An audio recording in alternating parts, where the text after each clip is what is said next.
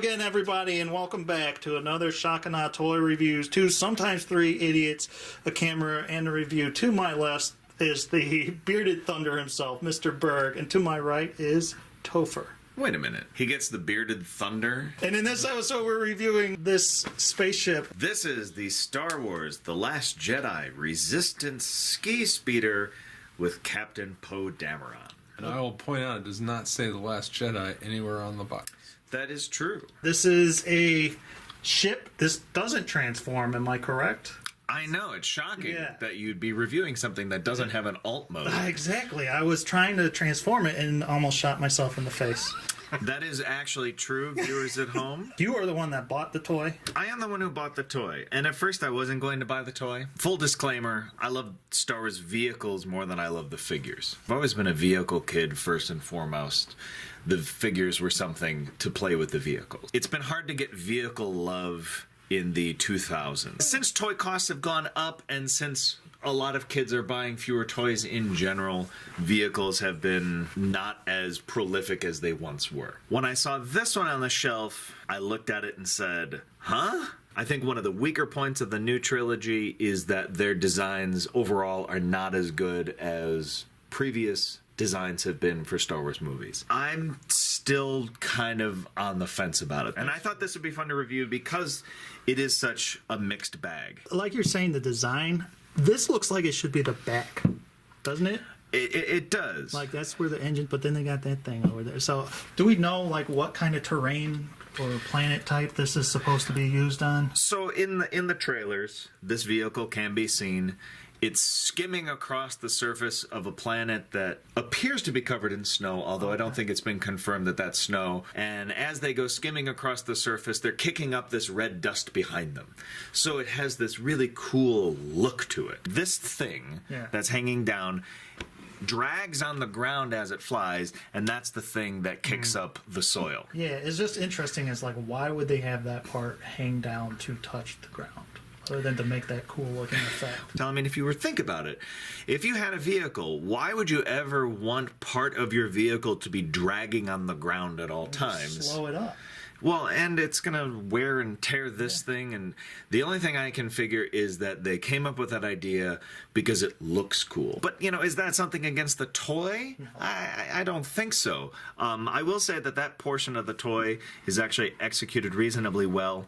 Because it hangs down, you might say, well, how is this thing ever going to land, if you will? And it does have retractable landing gear, or I should say, fold-up landing gear on this side and this side. And if you want your vehicle to land, well, this part is spring-loaded so that it easily lays down, so everything is nice and level, and then when you pop into action, it automatically flips itself down.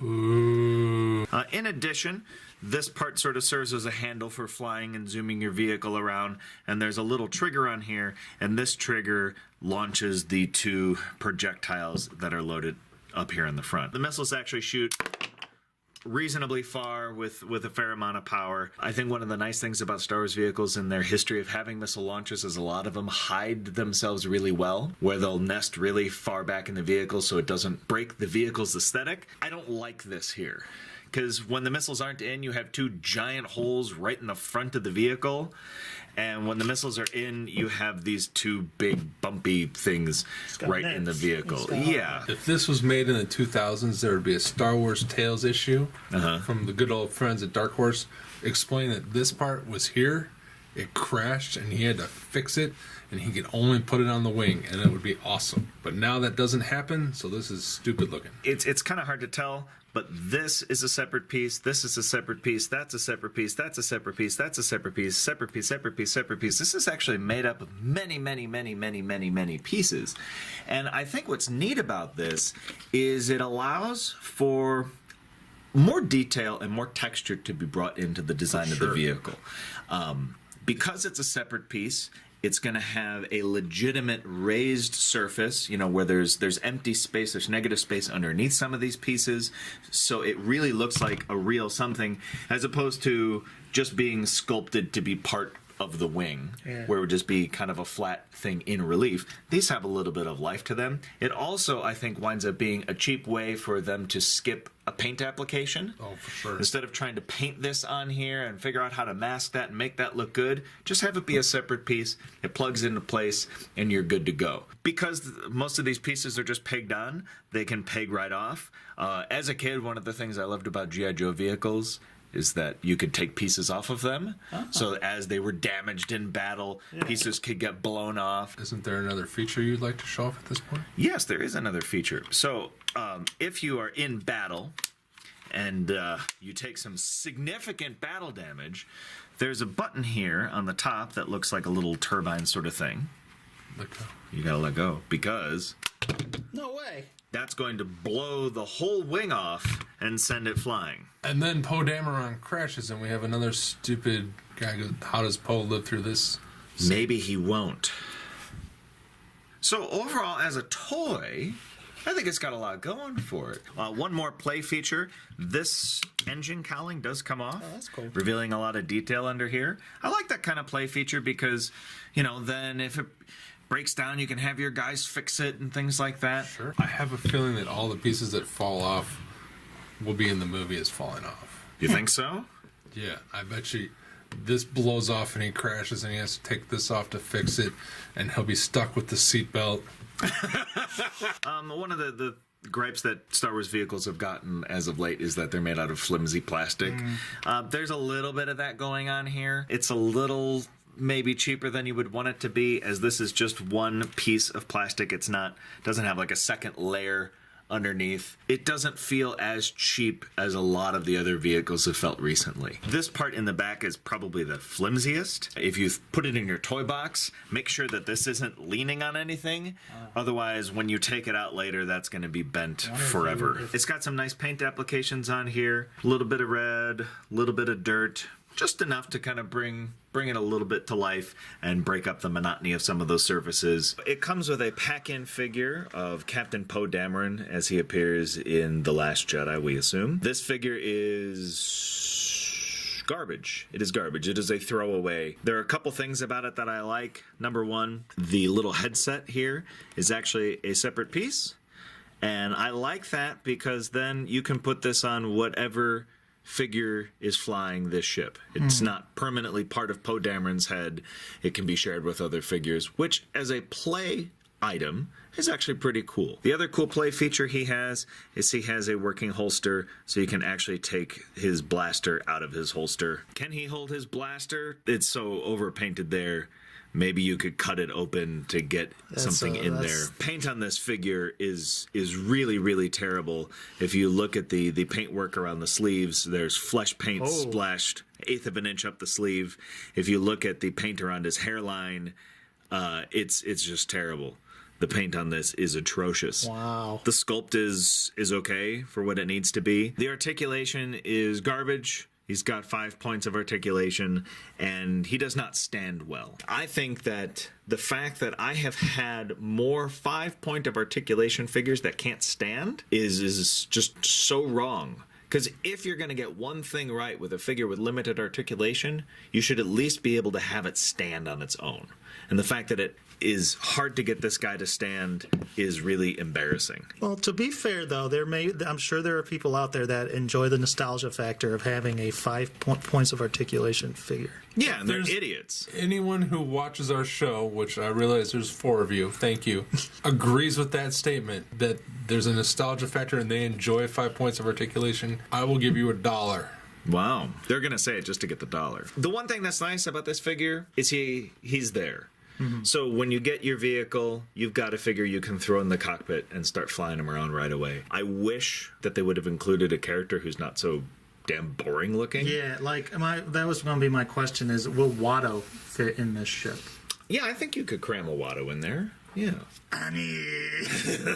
Final thoughts, nitty gritty, bottom line. I'm going to give it a 2.5 hammers. It is a fun kid's toy, I would say. As a former collector of many Star Wars things and a collector of many, many toys, it's not for me. I think the paint apps are horrid. It's not the toy's fault the design sucks, Sure, but I right. hate the design of it. I hate the Poe Dameron toy. You do realize that you can just throw the figure out, right? We're grading the whole thing. Okay. Poe is so bad it knocks the whole point off. Gotcha. Whole hammer. There's nothing good about that toy. So let me make sure I understand. 2.5, 3.5. Yes. Okay. The fact that part of my $40 is that piece. Yeah. Okay. A $40 vehicle is too expensive to start off with, which is why it's only a 3.5. But that figure is insulting. This one's hard because right off the bat, I didn't like it, just looking at it. Then I shot myself in the face with it, and I kind of liked it a little more. And then you started talking about Topher, and I started liking some of the things. Plus, I didn't know some of it. But I also see Berg's case in that there's something about it that it just doesn't pop as much.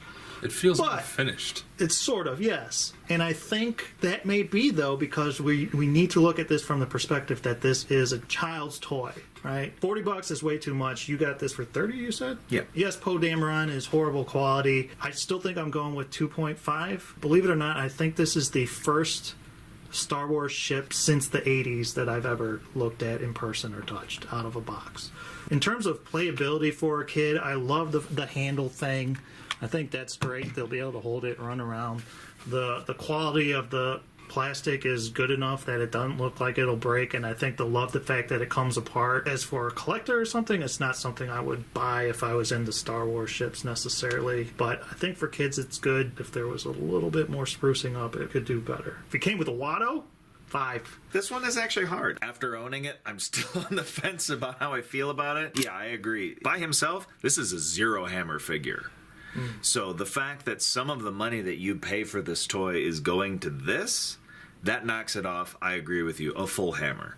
Because this figure is worth nothing. One of the worst figures I've ever seen. So that brings you down to 4. I think $40 price point for this is way too high. What I paid $30 feels better. You know, to get a brand new vehicle, I mean, this is all new mold. If this were $30 on the shelf, hey, that feels right. But it's not. It's $40 on the shelf. So I think you got to bring it down at least another half hammer from there. But then there are some things in here that are really nice. I really like that we have a lot of separate pieces to add that depth and detail. The paint on here doesn't bother me. The playability, the fun factor is there for me. Though I understand this as a play feature, it's, I don't know. I'm not totally sold on that. I'm telling you, though, a 10-year-old... I don't like the would fact love that it's this a different toy. color. The good news is, if you don't like it, it does come off. Oh my god. In terms of the design of this ship, I will give the design of this ship a 1. But I will give the toy of the design of this ship 2.5. 2.5 across the board, damn. Wow. That is not having seen the movie. So if this turns out to be, like you were saying, where, oh my gosh, every play feature in the vehicle actually appears as part of the movie, well, you know, maybe that kicks it up just a little bit because that's kind of cool. I don't think any of that is going to happen. I guarantee Maybe this a wing will blow off, sure. We'll all watch it. It'll be in the left corner. The new Porkins is going to eat it with that wing blow. If this vehicle doesn't feature prominently in the film, then that kid, you know, you're going to get very little play out of this. If it's a main vehicle that's really part of the story, then I think all those play features will get used more because the kid will want to play with it more. But there's nothing about this that's terribly visually appealing. So if it's not a big deal in the movie, then I think this is quickly going to be one of those toys that gets dropped to the bottom of the toy box and forgotten about. All right, so there you go. That's been it for this episode. Like, subscribe, comment, share with your friends. You're not on camera. Like, subscribe, comment, share with your friends. You can find all the social media, Twitter, and everything in the show notes. Until next time, Mr. Berg. I love the computer.